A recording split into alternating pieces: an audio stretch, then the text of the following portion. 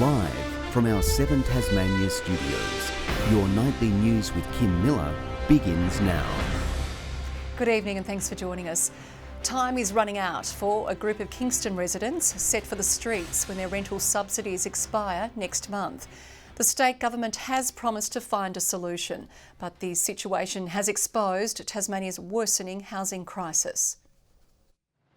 Taking their battle to the state's highest office, these women aren't giving up without a fight. But we're just desperate. 4 weeks' time we have to be out of our units or pay $450 a week rent, which is $900 a fortnight. That's my whole pension. The pair among a group of elderly residents slapped with eviction notices, forced to exit their homes in a few weeks' time when the National Rental Affordability Scheme comes to an end. We really want to know, are we going to be one of those people on the side of the southern outlet in the tent? Today, attending Parliament, desperate to find a solution. Will you give the people who are here with us today what they really need, which is to reduce their anxiety so that they can eat and sleep again? I will take action. Good. To ensure that no one is left out in the cold, and that every person is safe and secure and has a roof over their head. Cold comfort as they prepare for life on the streets. No use saying to us this morning, maybe in 2 weeks' time you'll know something. We need to know now. Their situation has exposed a much bigger problem. Experts say in December last year, 388 Tasmanians didn't have a roof over their head, and they're warning a lack of affordable housing is only making matters worse. We want 10% of our stock to be social, affordable rental housing. That means it stays there as affordable in the long term. With women and children among the worst affected by homelessness, particularly those fleeing domestic violence, Shelter Tas is calling for a dedicated strategy to address the issue. In a statement, Housing Minister Guy Barnett said he will meet with the organisation as construction begins on 15 units at a Launceston shelter to get more women out of harm's way. Ainsley Kosh, 7 Tasmania News. Meanwhile, the Greens have costed $850 million towards affordable housing in their alternative budget, also cracking down on short-stay accommodation in the rental market. We have a crisis and real people are suffering. We saw that here in question time this morning. It is not good enough to treat housing as a good news story budget announcement and to forget about actually delivering on your promises. The Greens are also allocating funding to help local government areas cope with the impacts of climate change. Jeremy Rockcliffe has backed former Premier Peter Gutwin's push to move Australia Day to a long weekend, acknowledging the January 26 debate has become increasingly divisive. A day that we can all unite is a clear objective of mine.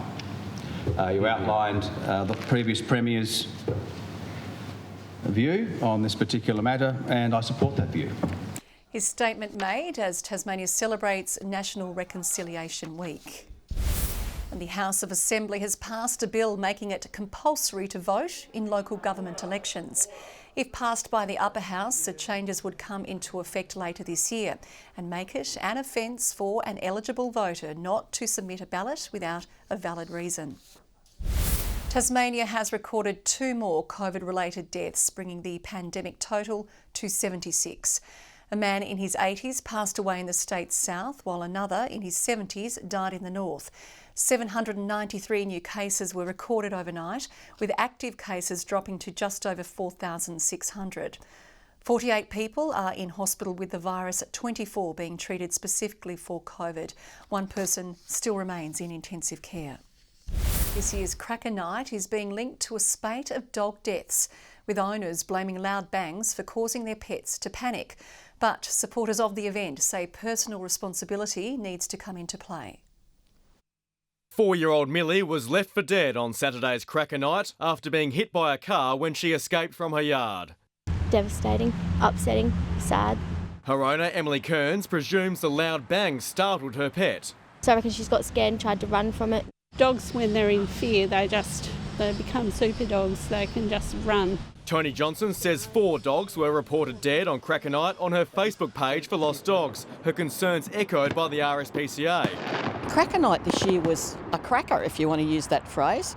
We had so many complaints about dogs and other animals that got out. There is lightning several times a year and God doesn't give us notice, it just happens. Bright Star Fireworks helped revive Cracker Night 20 years ago and says there is plenty of warning for pet owners ahead of the event. It's only once a year, and yes, if those people are using fireworks outside of that period, then that's not okay. Only Tasmania and the Northern Territory allows the public to buy fireworks. Most other states banned them back in the 80s. The RSPCA isn't calling for an end to fireworks displays, but for more restrictions to be in place. We want the sale of fireworks to be limited to public events organisers. I have been very proud of Tasmanians who get permits and use fireworks responsibly. A debate sparking up with record numbers of permits issued in recent years. Tom Johnson, 7 Tasmania News.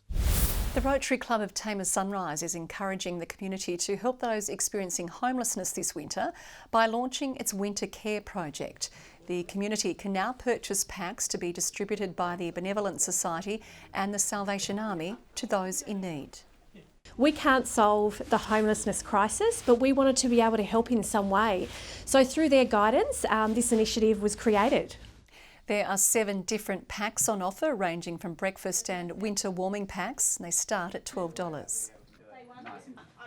Demand is just going to increase, and unfortunately we're going to see more people that we need to help on the street. So these just complement other services that we provide. We have seen a significant increase this year and a more broad range of people that are presenting that are having issues around homelessness or at risk of homelessness. The full details are available from the Launceston Tickets website. One of Tasmania's biggest airline partners has joined with the state's tourism body to encourage holidaymakers to embrace the cold.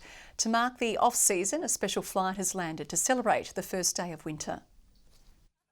Rugged up in Tassie tuxedos, these travellers took to the skies ready to see the island come alive. It's been a long time since we've been on a holiday and we're really looking forward to seeing some winter experiences in Tasmania which we've never done before. Passengers on board flight VA 1320 had an authentic Tasmanian experience even before landing. We celebrated all that Tasmania has to offer with a beautiful curated box that had food and wine from Tassie. To mark the beginning of winter, Tourism Tasmania are partnering with Virgin to help drive visitation during typically slower months. And we want to encourage everybody to, instead of escaping the winter, to really embrace it by coming to Tasmania, to reset your soul and to experience all that Tasmania has to offer. With the slogan, "Come down for air," the early signs of post-COVID recovery are showing. Travel into Tasmania is really strong. We've increased flights by up to 20%. With the cooler temperatures already sweeping across Tasmania, these limited edition jackets will be available to all cabin crew on flights into the island state in celebration of the winter period. They are fully sustainable, so they're all made out of recycled materials, including the trims, the wadding, everything. So low impact on the environment. With a message for holidaymakers packing their suitcases. There's no such thing as bad weather, just bad clothing choices. Grace Evans, 7 Tasmania News. Hobart's Argyle Street car park has had an artistic facelift with 6 new murals being unveiled. Each level features a quirky Tasmanian story to engage with the 3 million who use the lifts each year. A picturesque portal into Tasmania's past, these murals reflect on the lives of local personalities, including 2019 Miss Gay Australia International winner, Misty Del Rey. It was just such an achievement, especially for a drag artist and being the first one in Tasmania to ever compete and take out the title. 6 new artworks adorn the walls of Hobart's Argyle Street car park, replacing the 20-year-old previous designs. What we've tried to do is actually move forward in our more contemporary version of what Tasmania represents today. Another piece shows the life of heavyweight boxing champion turned Cascade Brewery park ranger Court Oakes. That's where the famous story of him going after Errol Flynn when he did a little bit of a run and when he was a young kid and went missing. and he was the one tracking down on Mount Wellington. Still on Cascade's payroll at 91 years old when he passed in 1976. The artwork is keeping the memories of Oakes and others alive. We wanted to, of course, highlight the stories of the local characters and moments in history that perhaps people have forgotten or fondly remember. Additional images and information about the murals can be found through a QR code for those curious to know more about these uniquely Tasmanian stories. Brianna Boylan, 7 Tasmania News. 60 students from across the state are participating in a program preparing them for hospitality work. Tasmania's federal group and Beacon partnering to show students the ropes of the tourism and hospitality industry. It lights a fire and inspires them to think about tourism and hospitality as a very viable career option here in Tasmania. There's pathways from things like art curator through to storytellers, through to chefs and kitchen hands, housekeeping, front of house. Students will spend the year participating in a range of activities to develop an understanding of workplace expectations. It's a really good way to get into other jobs, teaches a lot about work experience, about working with other people. The program is an attempt to attract and retain more young people in the industries currently experiencing high demand for workers. Tasmanian truffle farmers are expecting a bumper crop this season as they prepare to dig up the delicacy. With the industry growing as a tourism drawcard, one farm is also expecting high visitor numbers. It's the rare fungus that excites the culinary senses of many. The 3-month truffle harvesting season is about to begin. This harvest is actually looking really, really good from what I'm seeing over the last couple of months. So yeah, it looks to be a really big year for truffles of Tasmania. The farm is expecting to cultivate close to 600 kilograms this year to be used by chefs and cooking enthusiasts across the country. Coming at $2,000 a kilogram, it's a prized ingredient, but still featured by many local restaurants like Cradle Mountain Wilderness Village. You will go to great restaurants and you're seeing it shaved directly across the tops of dishes. But you know, we've got a lot of knowledge now on how to really caress the truffle and get an extension from it. With 22,000 trees, Truffles of Tasmania is the largest farm in the state. Once they've been harvested, the hunters then bring them into the shed where they get weighed and then put into the washer. And once they've been washed, they then let dry and then they go through the grading process. Truffles of Tasmania is expecting a high demand of tourists. In between her farm work, Mia the dog leads truffle hunting tours, while there's also an on-site shop. We already have some incredible foot traffic already coming through our farm shop. So yeah, we're definitely excited about what 2022 harvest is going to bring. For those who can't visit, truffles can be bought from their online shop. Mark Zita, 7 Tasmania News. 2 Tasmanian wineries have been nominated for one of the nation's top awards. Paulie Wines and Stargazer Wine are included in the 8-strong shortlist for the 2023 Halliday Winery of the Year Award. The state is sporting 5 nominations in total. The winners will be announced in August. Ben Mcdermott has top scored in a forgettable clash, marking his 100th T20 match. The Hobart Hurricane hit 6 boundaries on his way to 38 runs for Hampshire in his milestone game. His side was soundly beaten by Essex to the tune of 8 wickets in England's T20 blast. Nathan Ellis took 1 for 9 for the victors. The belief is still there, according to the coach of the winless Hobart Chargers. The club's women's side blew a 12-point lead against Bendigo before losing 87-72. Winding back the number of turnovers has been an area of improvement. Happy with the performance, but disappointed that we lost. But by far our best game for the season, in my opinion. The Launceston Tornadoes will play a double-header in Ulverston this weekend alongside the Thunder, looking to make amends after fading against Bendigo late in Saturday's game. We had a call that probably didn't go our way and it really stopped our momentum, and they scored from that. And so we went from 2 points down to, I think, 7 very quickly, and it was just hard to come back in that last few minutes. Bad luck for Tawn star Keely Frolling, who missed out on playing for the Opals after catching the flu. Tasmanian netball and hockey players will be sporting a touch of rainbow when they take to their competitions in this weekend's Pride round. The initiative is promoting inclusion while encouraging everyone to come forward and be a part of match day. really about making sure that people feel comfortable having those conversations and welcome as part of our community, and that's going to be a big part in promoting that this weekend. We certainly want to create an environment where everyone feels safe and welcome. I think there is still, lots of different ways that we can look to improve that. Both sporting organisations have worked with the state's only dedicated LGBTIQ+ education service to promote inclusivity. The Kookaburras have thrashed New Zealand 8-1 in the opening game of the Trans-Tasman Hockey Series. Tasmania's Josh Belts played a pivotal role in 2 of those goals scored. They're back out on the field tomorrow for Game 2. Good evening. I hope you enjoyed the first day of winter today. Probably a good time too to mention the shortest day of the year is only 20 days away, so it's time to register with the Speak Up Stay Chatty group on their website and get organised for their Wear Shorts Day attire and merchandise. Might be easier too to get a group together and help in the cause. So what did happen today? 11 in Hobart, King Island, Launceston and Devonport the warmest today with 15 and Burnie 14 degrees. Wynyard, Low-Head, St Helens and Flinders Island 14, Ouse 13 today, Strawn 12 and Lyoweeney scrambled to 4 degrees. Mostly sunny over the north and east but cloudy elsewhere. The best rainfall to 9 a.m. was 56 millimetres at Henty Canal. Today 18 millimetres the top fall at Mount Reid.